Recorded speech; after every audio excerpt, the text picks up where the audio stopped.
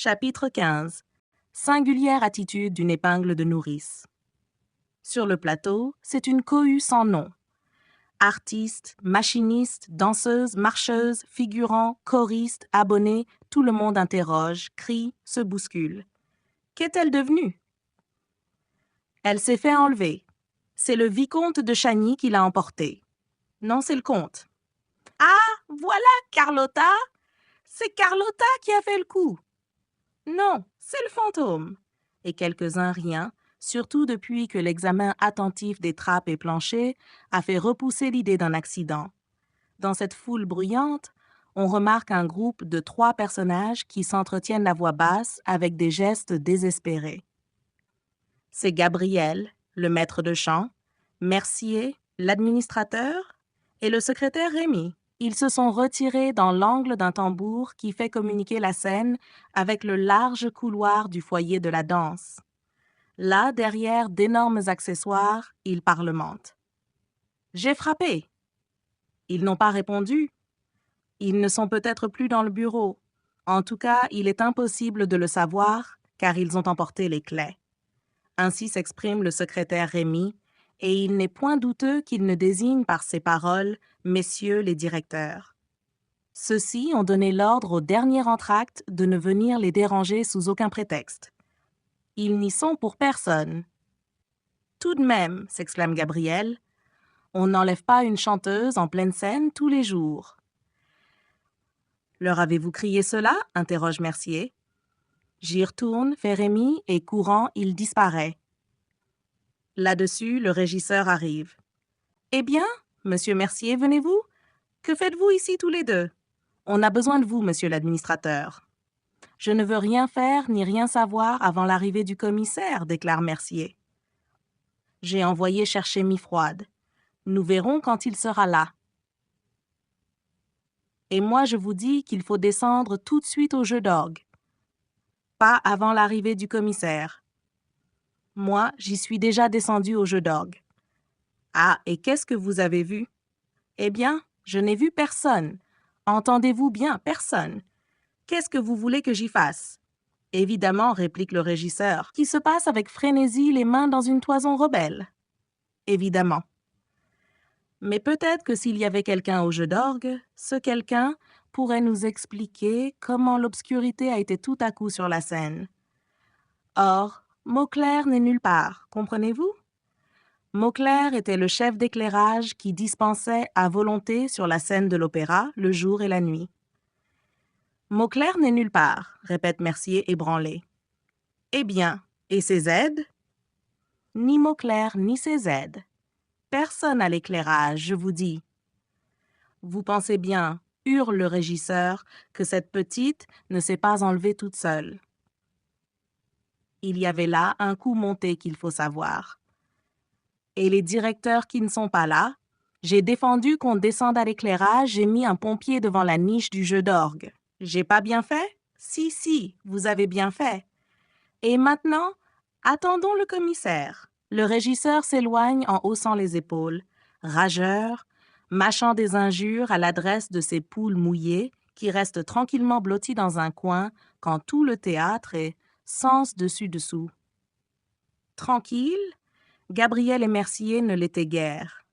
Seulement, ils avaient reçu une consigne qui les paralysait. On ne devait déranger les directeurs pour aucune raison au monde. Rémy avait enfreint cette consigne, et cela ne lui avait point réussi. Justement, le voici qui revient de sa nouvelle expédition. Sa mine est curieusement effarée. « Eh bien, vous leur avez parlé ?» interroge Mercier. Rémy répond. « Moncharmin a fini par m'ouvrir la porte. Les yeux lui sortaient de la tête. J'ai cru qu'il allait me frapper.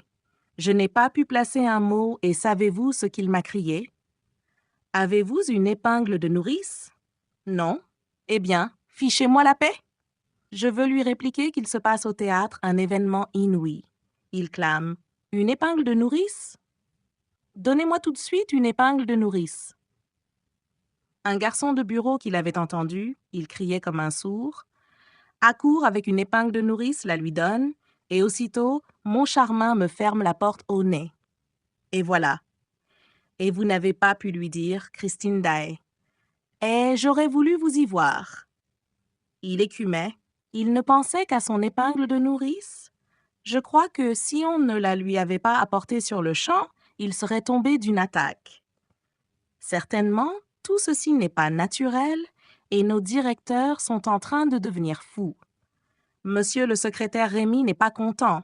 Il le fait voir. Ça ne peut pas durer comme ça. Je n'ai pas l'habitude d'être traité de la sorte. Tout à coup, Gabriel souffle. C'est encore un coup du fantôme de l'opéra. Rémy ricane.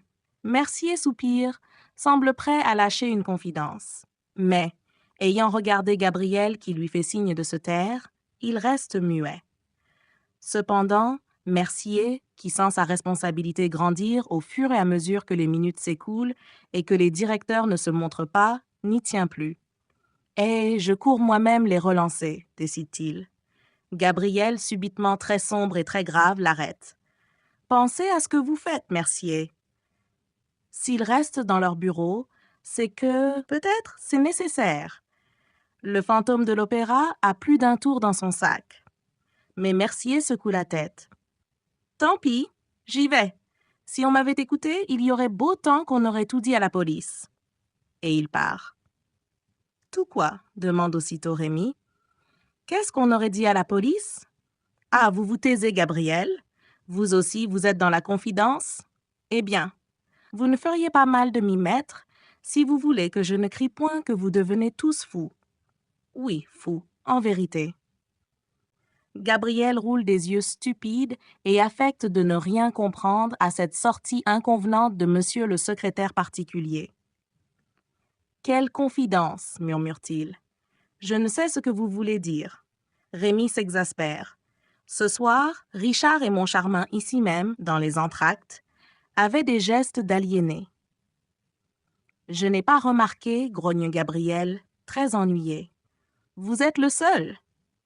Est-ce que vous croyez que je ne les ai pas vus et que M. Parabise, le directeur du Crédit Central, ne s'est aperçu de rien et que M. l'ambassadeur de la Borderie a les yeux dans sa poche? Mais M. le maître de chant, tous les abonnés se les montraient du doigt, nos directeurs. Qu'est-ce qu'ils ont donc fait, nos directeurs? Demande Gabriel de son air le plus niais. Ce qu'ils ont fait? Mais vous le savez mieux que personne ce qu'ils ont fait. Vous étiez là, et vous les observiez, vous et Mercier. Et vous étiez les seuls à ne pas rire. Je ne comprends pas. Très froid, très renfermé, Gabriel étend les bras et les laisse retomber, geste qui signifie évidemment qu'il se désintéresse de la question. Rémy continue. Qu'est-ce que c'est que cette nouvelle manie? Ils ne veulent plus qu'on les approche maintenant? Comment? Ils ne veulent plus qu'on les approche? Ils ne veulent plus qu'on les touche. Vraiment, vous avez remarqué qu'ils ne veulent pas qu'on les touche? Voilà qui est certainement bizarre. Vous l'accordez. Ce n'est pas trop tôt. Et ils marchent à reculons. À reculons. Vous avez remarqué que nos directeurs marchent à reculons. Je croyais qu'il n'y avait que les écrevisses qui marchaient à reculons. Ne riez pas, Gabriel. Ne riez pas. Je ne ris pas, proteste Gabriel, qui se manifeste sérieux, comme un pape. Pourriez-vous m'expliquer, je vous prie, Gabriel, vous qui êtes l'ami intime de la direction, pourquoi à l'entr'acte du jardin devant le foyer, alors que je m'avançais la main tendue vers M. Richard, j'ai entendu M. Moncharmin me dire précipitamment à voix basse « Éloignez-vous, éloignez-vous. Surtout ne touchez pas à monsieur le directeur. » Suis-je un pestiféré? Incroyable.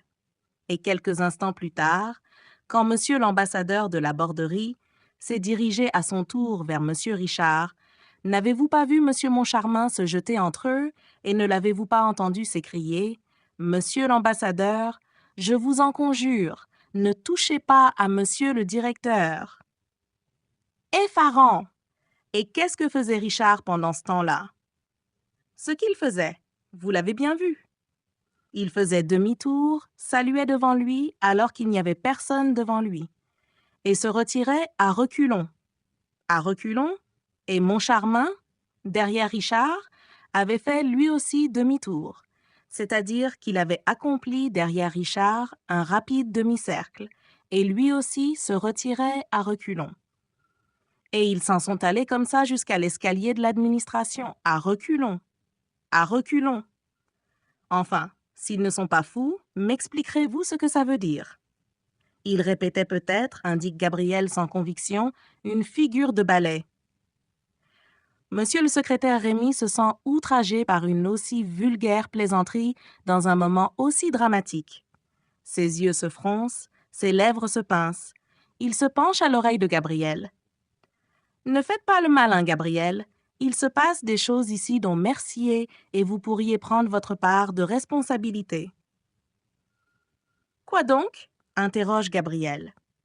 Christine Daae n'est point la seule qui est disparue tout à coup ce soir. Ah bah! Il n'y a pas de ah bah! Pourriez-vous me dire pourquoi, lorsque la mère Giry est descendue tout à l'heure au foyer, Mercier l'a prise par la main et l'a emmenée d'Ardères avec lui? Tiens, fait Gabriel, je n'ai pas remarqué. Vous l'avez si bien remarqué, Gabriel, que vous avez suivi Mercier et la mère Giry jusqu'au bureau de Mercier. Depuis ce moment, on vous a vu, vous et Mercier, mais on n'a plus revu la mère Giry. Croyez-vous donc que nous l'avons mangée? Non, mais vous l'avez enfermée à double tour dans le bureau, et quand on passe près de la porte du bureau, savez-vous ce qu'on entend? On entend ces mots « Ah, les bandits! Ah, les bandits !» À ce moment de cette singulière conversation, arrive Mercier, tout essoufflé. « Voilà, fait-il d'une voix morne, c'est plus fort que tout. Je leur ai crié, c'est très grave. Ouvrez.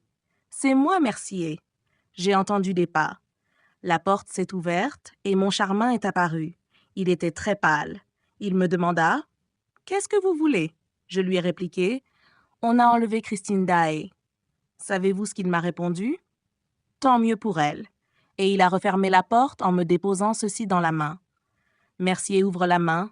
Rémy et Gabriel regardent. « L'épingle de nourrice » s'écrie Rémy. « Étrange, étrange » prononce tout bas Gabriel, qui ne peut se retenir de frissonner. Soudain, une voix les fait se retourner tous les trois. « Pardon, messieurs, pourriez-vous me dire où est Christine Daae ?» Malgré la gravité des circonstances, une telle question les eût sans doute fait éclater de rire s'ils n'avaient aperçu une figure si douloureuse qu'ils en eurent pitié tout de suite. C'était le vicomte Raoul de Chagny.